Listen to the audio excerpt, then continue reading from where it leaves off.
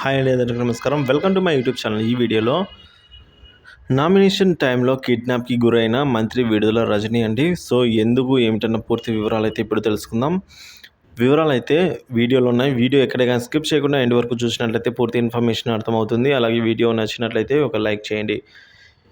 AP రాజకీయాల్లో అనూహ్య పరిణామాలు చోటు చేసుకుంటున్నాయండి. నామినేషన్కు గురువారం చివరి రోజు కావడంతో నేతలందరూ కూడా ఆర్ఓ కార్యాలయంకి క్యూ కడుతూ ఉన్నారు.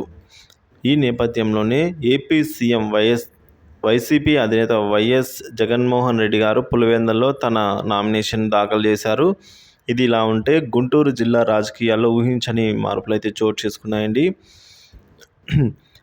సో మంత్రి విడుదల రజనీని గుంటూరు వెస్ట్ నుంచి అయితే ఎమ్మెల్యేగా పోటీ చేస్తున్న సంగతి తెలిసిందే.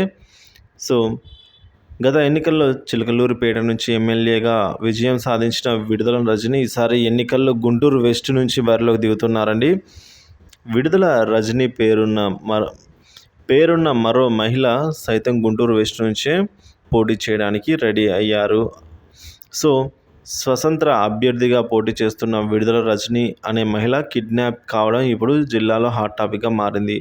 నామినేషన్ వేయడానికి రిటర్నింగ్ కార్యాలయానికి వచ్చిన స్వతంత్ర అభ్యర్థి విడుదల రజనీ గుర్తు తెలియని వ్యక్తులు కిడ్నాప్ చేశారు. రిటర్నింగ్ అధికారి కార్యాలయంలో ఉన్న ఆమెను అయితే అక్కడి నుంచి బలవంతంగా నామినేషన్ వేయకుండా తీసుకెళ్లారని అయితే అంటున్నారు. ఆ మహిళను వైసీపీ నాయకులే కిడ్నాప్ చేశారని టీడీపీ నేతలు ఆరోపిస్తూ ఉన్నారండి. సో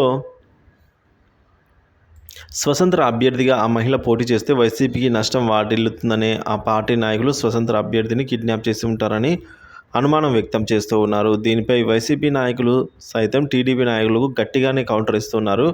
మా పార్టీ అభ్యర్థి పేరుతో ఉన్న మహిళను తెర మీదకి తీసుకొచ్చి మళ్ళీ మమ్మల్ని దెబ్బతీయాలని టీడీపీ నాయకులు ప్రయత్నిస్తున్నారని, ఆ మహిళ చేత టీడీపీ నాయకులే నామినేషన్ వేయించే ప్రయత్నం చేస్తున్నారని వైసీపీ నేతలు ఆరోపిస్తూ ఉన్నారు.